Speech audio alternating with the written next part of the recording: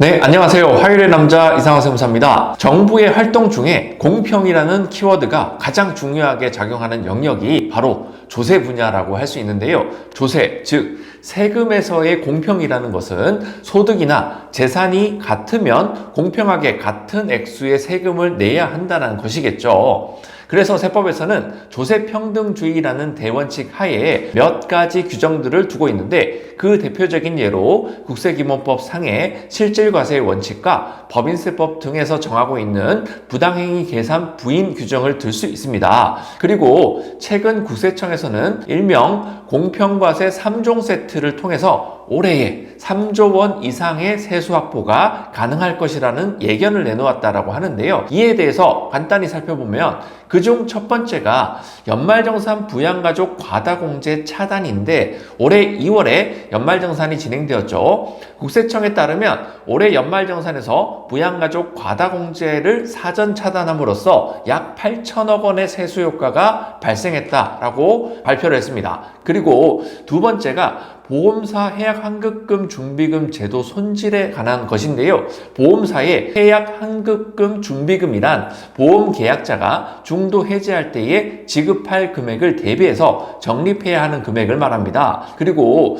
법인세법에서는 보험회사가 적립한 해약 환급 준비금에 대해서 세법상 한도 내에서 손금에 산입할 수 있도록 허용해주고 있는데요. 국세청에서는 이 제도를 손질하면 올해 보험사 법인세로 약 1조 5천억 원 규모의 세수 증대 효과가 기대된다라고 발표했습니다. 공평과세 3종 세트의 마지막 세 번째는 고가 상속 증여 부동산에 대한 감정평가를 확대한다는 내용이죠. 국세청의 감정평가 확대 사업은 작년부터 활발하게 이루어지고 있는데요. 올해에도 꼬마 빌딩이나 단독주택 등에 대한 감정평가를 통해서 올 1분기에만 약 1250억 원의 세수 증대 효과를 기록했다고 발표했죠. 이는 올해 국세청 감정평가 확대 사업에 대한 예산 96억 원 중에서 10% 정도만 투입해서 올린 실적이라고 하는데요. 국세청의 적극적인 감정평가 사업과 더불어서 납세자들의 자발적인 신고도 늘고 있어서 올해에 약 1조 원의 수준의 세수 증대 효과를 기대한다라고 발표했습니다. 오늘 시간에는 공평과세 키워드 중에서도 국세청의 감정평가 확대에 관한 내용을 좀 더 중점적으로 다뤄보고자 하는데요. 현재 이와 관련해서 국세청의 움직임을 들여다보고 앞으로 자녀 세대로의 재산 이전을 계획하고 있으신 대표님께서 주의해야 할 사항과 어떠한 방향으로 재산 이전 플랜을 세우셔야 하는지에 대해서도 의견을 드려보고자 합니다. 먼저 국세청의 최근 움직임을 파악해보기 위해서 최근에 올라온 보도자료 내용을 함께 살펴보겠습니다. 국세청은 2020년부터 부동산 감정평가 사업을 시행해 오고 있는데요. 작년까지는 이 감정평가 사업이 꼬마 빌딩에 집중되어 있었다면 올해부터는 꼬마 빌딩뿐만 아니라 고가 아파트와 단독주택까지 감정평가 사업을 확대 시행하고 있는 상황이죠. 상증세법 사무처리 규정을 개정하고 감정평가 사업에 대한 예산도 대폭 증가하면서 꼬마 빌딩 이외의 부동산으로도 그 범위를 넓힐 수 있게 된 것이죠. 특히 기준시가와 추정시가의 괴리가 큰 부동산을 주요 타겟으로 해서요. 이 감정평가 예산이 투입되고 있는데 성수동 카페거리에 있는 한 꼬마 빌딩의 경우에는 기준시가 60억으로 신고가 되었지만 감정평가액은 320억으로 그 증가율이 433%에 달했다고 합니다.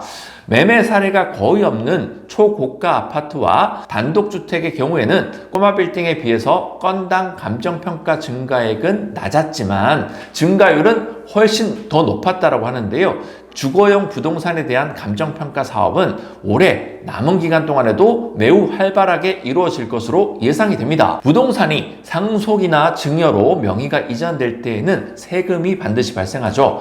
이 세금을 부과하기 위해서는 이전되는 부동산의 가치를 숫자로 확정할 수 있어야 합니다. 그래서 세법에서는 부동산의 평가 방법에 대해서 명문 규정을 두고 있는데 우선 이전되는 해당 부동산의 매매 가액 내지는 감정 가액이 있다라면은 그것을 1순위로 적용하게 되고요. 그러한 가액이 없는 경우에는 해당 부동산과 유사한 부동산에 대한 매매 사례 가액 내지는 감정 가액이 있다라면 그것을 적용하도록 하고 있습니다.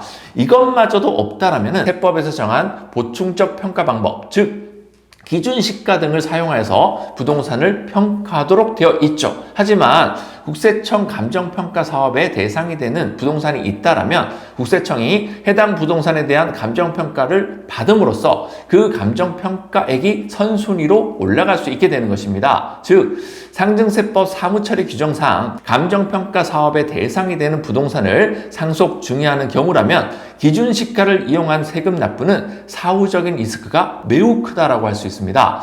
안타까운 소식이지만 상속 증여세의 과세망이 과거보다 훨씬 더 촘촘해졌고요. 그로 인해서 세금 부담액이 더욱 증가할 수밖에 없다라는 사실을 이제는 인정하셔야 합니다. 하지만 그렇다고 해서 좌절하고 있을 수만은 없겠죠. 이럴 때일수록 더욱 냉정하게 상황을 바라볼 수 있어야 하고요. 더욱 세밀한 플랜이 필요할 텐데요. 플랜 설계에 도움이 될 수 있는 몇 가지 팁을 드리자면 우선 감정평가를 선제적으로 받는 것이 유리할 수 있습니다.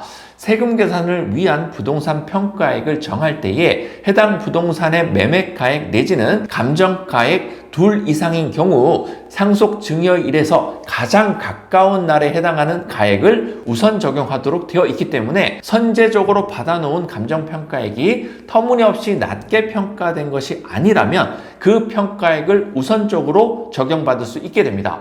부동산 소재 지역에 호재가 있어서 해당 부동산의 호가가 감정가액을 훨씬 웃도는 경우라면 감정평가액을 기준으로 빠르게 이전해 놓는 것이 장기적으로 봤었을 때 더욱 유리한 의사결정이 될 수가 있겠습니다.